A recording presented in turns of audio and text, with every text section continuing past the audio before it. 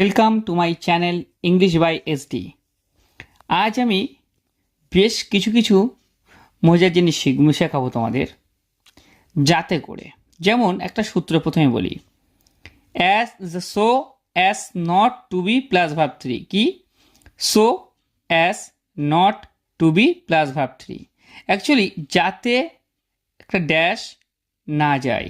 যেমন একটা উদাহরণ দেওয়া আছে, যাতে দেখা না যায়, যাতে শোনা না যায়, যাতে বলা না যায়। এই ধরনের বাক্যগুলোকে আমরা খুব সহজেই আমরা ইংলিশে করতে পারবো, খুব সহজেই। কিভাবে করব একটু দেখে নেবে। এখানে কি আছে? যাতে দেখা না যায়। সূত্র কি বলছে? সো, আমি কিন্তু এখানে প্রথমে সো দেব। তারপর কি বলছে? অ্যাজ, আমি কিন্তু এখানে অ্যাজ দেব। নট, এখানে কিন্তু আমি নট দেব। টু, টু দেব। বি দেব। প্লাস ভার্ব থ্রি চেয়েছে কিন্তু এখানে। তাহলে যাতে দেখা না যায়, মূল ভার্ব কোনটা? এই দেখা। কিন্তু ভার্ব থ্রি চেয়েছে, তাহলে হবে সিন। সি স সিন। উত্তরটা কি হলো? So as not to be seen. তার মানে হলো যাতে দেখা না যায়। এবার যদি আমি বলি যাতে শোনা না যায়, যদি আমি বলি যাতে শোনা না যায়, সেক্ষেত্রে আমরা ইংরেজি কী করবো তোমরা সবাই বুঝতে পারছো। তাহলে সূত্র কি? So as not to be. So as not to be. So as not to be plus verb three চেয়েছে। আর ভার্ব থ্রি যদি চাই তাহলে আমরা কি করব? সি স সিন যেমন করেছি আমরা আগেরটাই, ঠিক তেমনি শোনা কি হবে?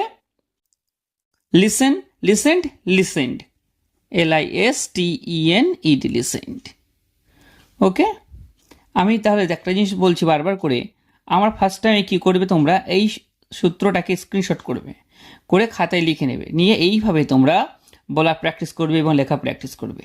যেমন আমরা এই জিনিসগুলো কিন্তু প্রায় সময় ইউজ করি, যাতে যাতে কলকাতায় না যেতে হয় সেরকম একটা কিছু ব্যবস্থা করার জন্য। এই যাতে যাতে করে না যেতে হয়, যাতে করে না খেতে হয় বা না খাওয়া যায়, এরকম একটা চিন্তা ভাবনা। তাহলে আমরা কি বললাম? যাতে দেখা না যায়, যাতে শোনা না যায়। ঠিক আছে, আমি যদি আবার বলি, এই একটা কোশ্চেন না, একটা কোশ্চেন দিচ্ছি।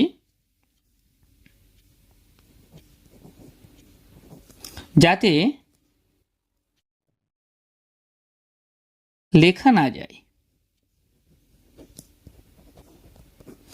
যাতে লেখা না যায়, তাহলে এর ইংলিশটা কি হবে? তোমরা সবাই বুঝতে পারছো। ফার্স্ট টাইম তোমরা উত্তরটা স্টপ করে দিয়ে উত্তরটা দেখে নাও, নিজে একে করে নাও। করার পরে উত্তরটা আমি করছি, আবার সেটা মিলিয়ে নেবে। ঠিক আছে?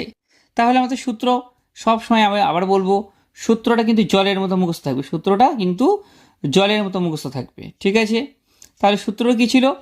So as not to be. কি? আমার সাথে সবাই বলবে, so as not to be. So as not to be plus verb three. এটার মানে দাঁড়ায় যাতে ড্যাশ না যায়। এবার ওই ড্যাশের জায়গাটা তোমরা কি করতে পারো? যাতে করা না যায়, যাতে লেখা না যায়, যাতে বলা না যায়, যাতে হাসা না যায়, এই সমস্ত কথাগুলো আমরা প্রায় টাইম আমরা কিন্তু ইউজ করি। প্রায় টাইম আমরা কিন্তু এগুলো কথা বলি। আমরা কথা বলার সময়, বন্ধু বান্ধবকে ডাকার সময়, বিভিন্ন রকম কথাগুলো বলতে আমরা এই কথাগুলোই কিন্তু বেশি ব্যবহার করি। তাই এই কথাগুলোকে সঠিক ইংরেজি সঠিকভাবে লেখার জন্য এবং বলার জন্য আমি এই সূত্রটা কিন্তু দিয়ে দিয়েছি। সূত্রটা কি? So as not to be plus verb three. তাহলে আমরা প্রথম থেকে যদি দেখি, যাতে দেখা না যায়, তাহলে কি হবে? So as not to be seen, যাতে শোনা না যায়। তাহলে এটা কি হবে? So as not to be listened, যাতে লেখা না যায়। তাহলে এটা কি করব আমরা?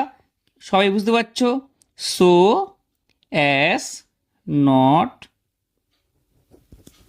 Two be plus verb three. তো থ্রি ইংরেজি কি? এখন তার থ্রি হলে কি হবে?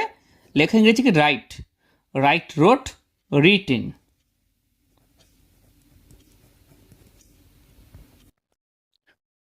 বুঝতে পেরেছো?